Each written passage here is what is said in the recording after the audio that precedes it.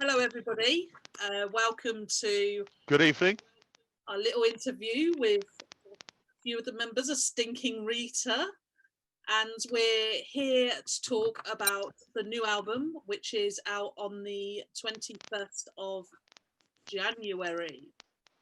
So, how are you guys feeling about your very first album?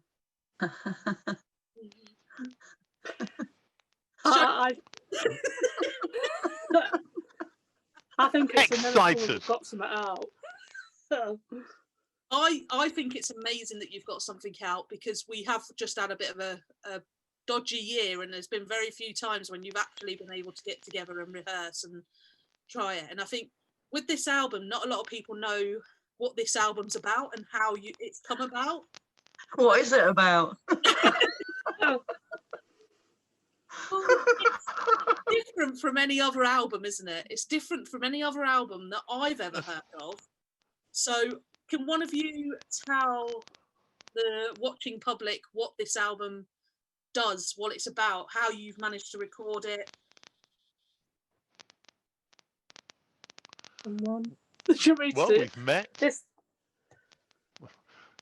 We have met in this informally, and then just been allowed to just play. It was great the way it was done, because we were able to meet informally, set up, and then just play. There was no standard or rigid format, and we were able to just bring whatever came to mind immediately. Spontaneous. Yeah, it was very much a jam session, wasn't it? You pretty much picked up your instruments, Shona got on the mic, and you all did what you do, and that's play and sing. And that's right. You pretty much just jammed out this whole album, didn't you? There was no, there was no sort of rehearsals or anything, was there? Rehearsals? Can someone explain? Rehearsals? God, sounds like heresy. No rehearsals. No. So I know from you guys, music is really, really close to all of your hearts. You've all been in the music industry for many, many of years now, most of you plus 20 years. How do you think this album is different from any other album that you've ever featured on or been on? And I'm going to go to Claude first. Well, I mean, it's not been like professionally recorded. It was literally recording on a recording device in the rehearsal studio. So it's very different in it. It's kind of raw. It's like a bootleg capturing of moments within us jamming in a rehearsal environment. And I don't think there's many bands that I know of that have literally. I mean, I think there's a few, but have literally gone in and just pressed record and videoed it as well. Done like a Facebook Live and just banged something out and made it up. We've like showing a scatting, Rob improvising. We've had our bass player just making riffs up and me messing around on drums, and it's turned. I mean, I've listened to it quite a few times now, and you've got to appreciate it is raw, but it just sounds alive, and it's just got those good vibes. I think from my opinion of it. Yeah, definitely. It definitely has. I mean, I've listened to it a few times in the car when we've been driving and stuff, and it just flows. One song flows into the next, and they're all different. They're all slightly different. They all come out with. It's just something you can dance to as well. There's nothing in it that you cannot dance to and have a good party to. I mean, for you, Shona, I mean, you were in a pretty well-known band around Nottingham for many, many years, and for you, this must be something quite different to what you've done before, because they were very polished at times, weren't they? And this is a bit rough and raw and ready, isn't it? It's just what's coming out in the moment. So for you, how is this different compared to where you've been before? Well, you hit the nail on the head, really, when you said, it was just raw, and when Claude said of the moment, Robert said the same. So the biggest difference is that it hasn't been rehearsed. It's kind of like an instinctual meshing of people in a studio. deciding there and then how something's going to progress. And for me, that is what music signifies to me. It's kind of a moment in time, you know. And I'll give you an example. When we made up that song, Dickensian Misery, and we were going to, you know, try and rehearse it and make it into a, you know, proper song with, you know, verse, chorus. And when we tried to do that, it lost its edge. It lost its kind of power, if you like. So I think what we've done now is quite brave, because we've really just like Claude said, we've videoed it as well, and we've just kind of let rip, really. Yeah. And, you know, looked at each other, or not even looked at each other, and just kind of felt the music, and it's just a track's just kind of evolved. And there might not be tracks in the general sense of the word, but to us they felt like tracks. And yeah, it's been a very different experience based on the fact that we just made it up as we went along. Yeah, definitely. I mean, there's definitely some real meat in these tracks, though, isn't there? There's definitely some real meat in them, and some real raw, rough and ready. Get on a stage and just play your hearts out, and you can feel when you're listening to these tracks that you're enjoying what you're doing. You're enjoying playing together. You're enjoying what you're doing, and Definitely. just putting that out there. And with you, Rob, especially because you play with so many bands and so many different people on a regular basis. And we know Stinking Rita is your #1 band now, aren't they, Rob? But Unquestionably, Angela, unquestionably. But with you playing with so many different bands and so many different people, and you being a bit of a superstar around Nottingham, you know, there's not one bar you can walk into without someone saying, "You're that harmonica guy." How do you feel your kind of part in Stinking Rita and in this album has gone into it so in depth? Because for me, your melody in these tracks has really, really worked well. They've really, really gone along with everything that happens on this album. How do you feel it worked alongside it? Well, it's different to add to what's already been said, actually, because the emphasis of the previous two speakers was the freedom to be. So we go in. There's no format. There's plug in, and then it's as you feel. And as Shona remarked, we didn't even look at each other. You felt what was happening. Feel to play, and also feel not to play, because of course that's also important when I play and when I don't play.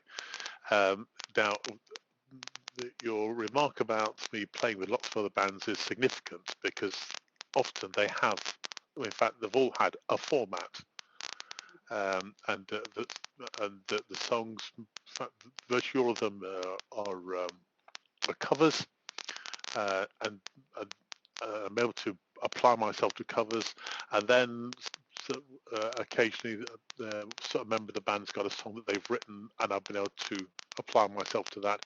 However, that's also a format type song as well, a very good song, but I'll be able to put my input in. With Stinking Rita, going to the studio, nobody's told it's this, not at all. Plugged in, and you, Angela, as you know, because you have set the sound for me a few times, and I've just been able to, just go for it, without any reservation, and not having to, just wanting to make it sound good and fit in with what I feel is happening around me. So it's another experience. I'd recommend it to anybody. Just go in and don't worry about it. Just go in and do it. It's marvelous. It's enlightening. on the back of that, Rob, if there was aspiring youngsters out there trying to create music, would you actually say to them, just go in there and do what you feel, rather than go in there and try and pin yourself into boxes and pin yourself into No, well, trying to fit yourself into a box doesn't work, for one thing. I go out, as you said, I go out and I play with a lot of different bands. In fact, the reason this happened, because I'd had the pleasure, some would say the honour, of meeting yourself and Claude at an open, in fact, in a doghouse. Doghouse. We met in the doghouse, and then from there, one thing and another, I ended up in Stinking Rita. But I've been able to change my style from what we did after we met the doghouse to now when I'm playing with Stinking Rita. And I've got to say, Rob, you do it very, very well. It's all part of the fantastic journey that we're on. Definitely. Yeah, definitely.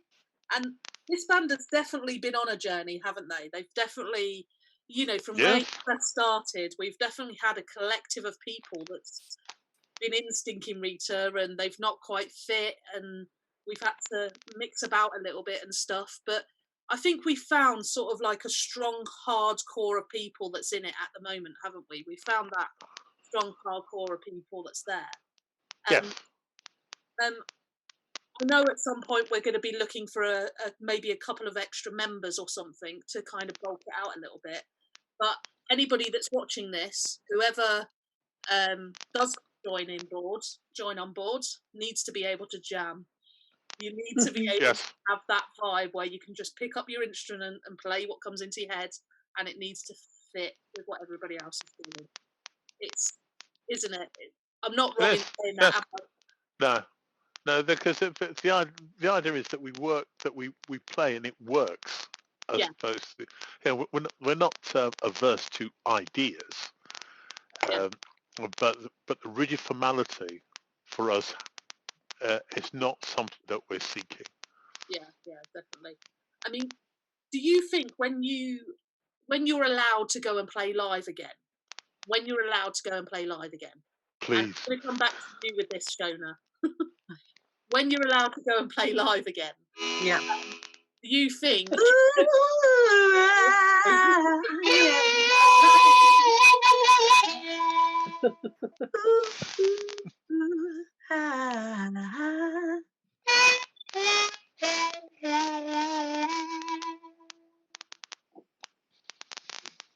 You were saying, Angela. Yeah, I was saying, but I got carried away then. So, when you are allowed to go and play live again, do you think you're going to actually get some rigid songs, or do you think a lot of your set will be you just getting up there and doing what you feel and making it happen? Shona. Sorry, I thought I could hear children then. I was like, no, time is bedtime. Well, I would like to think that we will mainly be a live jamming band, and those people who come to see us and who enjoy us actually enjoy that kind of vibe, the vibe of the unexpected. And I say that because music then becomes quite quantum. It just kind of leaps around. It does whatever the group wants it to do. And I think the fact that there's 3 of us now in this, well, 4 with you, Ange, and because Norv is moving to Scotland, God bless him. Yeah, bless him. And he's obviously on the album. Yeah. The beauty of that is that when there's only 3, 4, 5 of you in a band, you can afford the space, you can afford the opportunity to be less rigid and to kind of go with the flow. But I think it's important, as you said, that the musicians involved have got that confidence to do that, and have got that kind of innate love of music and joy of expression, because it is a joy of expression. And I think you can lose that if something becomes too rigid. Yeah. Not to say we shouldn't have a few numbers that we can embellish, but we know the structure on. But I think, you know, to have that freedom to do what we just do when we get together is great, because that is just brilliant. It is. Great fun. Anybody that buys this album or wants to download this album, you can get it from all major stores. And when you actually listen to this album, you'll hear that pure, raw talent throughout these 4 guys that are on this album. There is pure, raw talent in every single one of them. And any of them can kind of just pick up and do something together and just play and sing. And there's been quite often times when I've wanted to dance and I've wanted to get up and muck about, and you know, and sometimes I have, and it's just a real cathartic way of listening to music, really, because you really feel like you're within the band and you're within that place and that time when you guys are playing, and you're just making it up on the spot, which is technically what you're doing. And it's got some very, very interesting song titles as well. Well, do you want to let us go? Claude, do you want to run through some of those? So run through. So we've got 12 tracks. So we've got Jiggery Pokery, Wombat Armageddon, Peace of Mind, Munchausen by Proxy, At the Hoo-Ha, Some Days, Lunar Tuna, Secret Stalkers, Disco Nomad, that's a bit crazy that one is, Pandemic, quite relevant in this day and age. How did you come up with that one? Elixir of Reverie, which is one of my personal favourites. I love that one, yeah. And Junketeer, if that's how you pronounce it. But yeah, that's 12 tracks. The album is called Live from Studio 5. It's got a quite funky, you can see that. Yeah, I was just about to talk about the album cover. Yeah. So with that album cover, obviously Norville drew the original black and white picture to it, and Claude took it and added all that colour and all that funk to it. Yep. And I do think that Stinking Rita is a bit of a blues, rocky, funky, jamming band, and I think the cover album really, really emphasises what this album's about, because you're never going to get the same colour song on any of this album, and that cover is such a multicoloured album. Yeah. I like that, Ange. A good Angela. So when Claude first showed you the album cover, first let's go to Claude. When you designed that album cover, what was going through your head at the time when you designed that album cover? I mean, if you look like over there, I do lots of colourful oil paintings, so behind me. And behind you. And any kind of art for me is very vibrant and colourful. Like, you know, music should be vibrant and colourful, and it was kind of really, I didn't want to just capture from Norval's original artwork, you know, just the kind of the spectrum of what we're playing, Right. and kind of represent it like that, a bit of abstract kind of colour scheme, and from what his original kind of drawing. So, and I hope everyone kind of liked it. Everyone said they kind of liked it. So yeah, well, I really like the thumbs up. I think it proper encompasses the whole album, as I've said. When you first saw it, Rob, what did you think? What was your first thoughts when you first saw it? I thought it was a bit psychedelic. I did. I thought it was a bit psychedelic, and then literally, I said, yeah, it reflects the music. Great stuff. Because and literally, let's go with it. Because you can, I could sit and, or I suppose, try and analyse it and look into minutiae, or what's the first impact. And for me, it was the first impact. Yeah, I like it. Let's go with it. Great stuff. Well done, Norval. Yeah, well done. And Claude. And Claude. Norville's the one that... Norville did do the original art piece, yeah. so got to give him credit for that. He is a pretty good artist. Some of his stuff is very talented. Very talented artist. So, SHONA bassist. And he is a very bassist. Brilliant bassist. Brilliant. Yeah. I loved his bass playing. If there's any bands in Scotland looking for a bassist, you know, Norval's He's probably your man. there now. Yeah. Planning on moving there. So, so Shona, what was your first impression when you first saw the cover? Same as Robert, really. I was a bit like, it's very colourful. But then I just thought, same as Robert, it's like, it is what it is, actually. It represents the eclectic mix of whatever we were coming out with, which was basically nobody had any idea. And I think that, you know, those colours, you know, colours represent tone, they represent, you know, pitch and note. You know, they represent vibration. So I think it was an explosion of energy, is what I came to see it as, and I thought it was a beautiful, if not strange, piece of art originally, and then with the colour on it, it gave it that kind of multiplicity thing, you know, like multiple energy kind of thing. I'm talking out my arse now a little bit.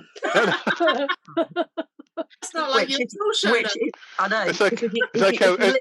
If you listen to any of the lyrics, it's Angela, not you'll really, edit that one, won't you? it's not really a lyrical album. It's kind of whatever came out of my mouth album. So I wouldn't. I think Angie's already memorised some. She sings along in the car. Oh, yeah. I already know some of the words to this album. I could probably write some of the words down for you, Shona, if you want. Wow. Not that you'll probably ever use the songs again, but it's not the way you read. No, they'll never be the same again.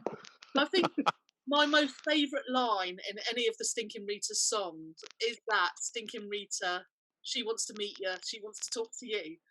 And you've just got such a lovely pitch with it when you're singing it. And it's just, and I think it's actually on one of these songs, you actually say Stinking Rita, she wants to meet you, and then you say a different line after it.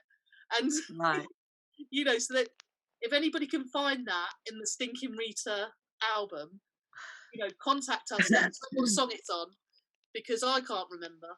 I know it's out there somewhere. But if you contact us, I'm sure we can get you a free badge or something. If you can find it on this album. So this album's released on the 21st of January. Is that next week? It is, yes.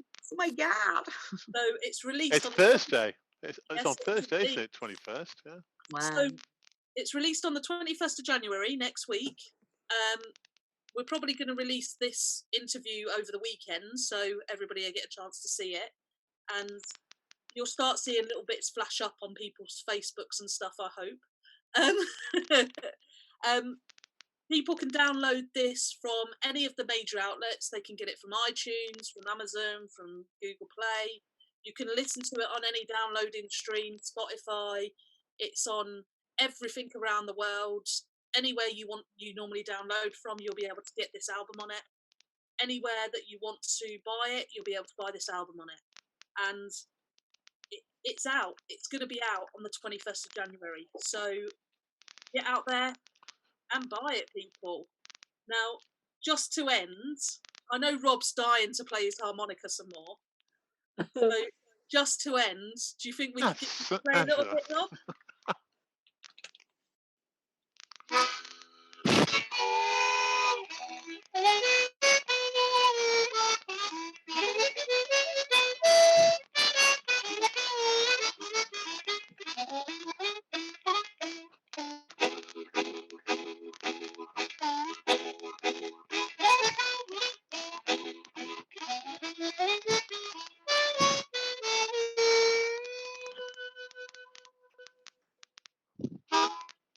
Fabulous. Well done. Thank you very much.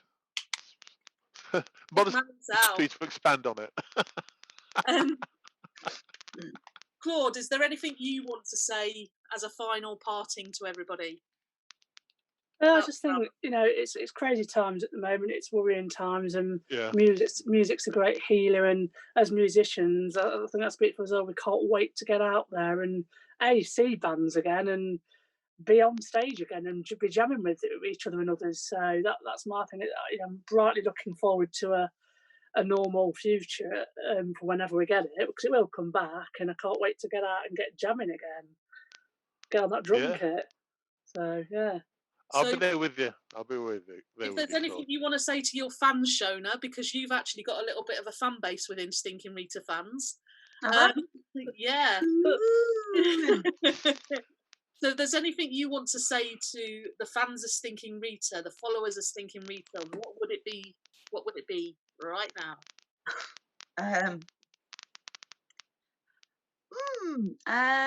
That we look forward to seeing you when we're able to, and just remember that when you do see us, having listened to the album, it will never sound quite the same, because when we do get together and do a live gig, it will probably be mainly made up on the spot stuff again, because that's how we roll. And you know, we're hoping that you will continue to enjoy that side of it, and to love the energy that kind of brings, you know, the rawness. So keep with us, and we will be back in the studio and doing some gigs down the line. Hopefully on a stage near you soon. Yes. And my final parting is thank you for joining us for the whole of this interview. I know it's probably taking quite a while out of your time, but the album's out on the 21st of January, and it's called Stinking Rita Live from Studio 5. And go buy it. Go support a local band that's out there giving you music and giving you a bit of fun and something new. So enjoy it. Thank you very much for joining us. Bye. Bye. Friends in our places, tell me about the